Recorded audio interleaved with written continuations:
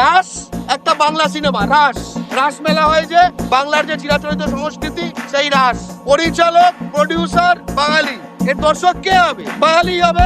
ওরা কিন্তু আমাদের থেকে পয়সা বার করে, পয়সা দেবার সময় কিন্তু নেই, ওরা দেখতে আসবে না আমাদের সিনেমা। সেখানে রাজ সিনেমাকে আইনক্সের পোর্টাল সিস্টেমে একটা শো দেওয়া হয়েছে, একটা, এবং এমন একখানা শো দেওয়া হয়েছে যেটা প্রাইম টাইম নয়। লোকে 10টা-11টার সময় কোন বাস ধরে ট্রেন ধরে বাড়ি যাবে বলুন?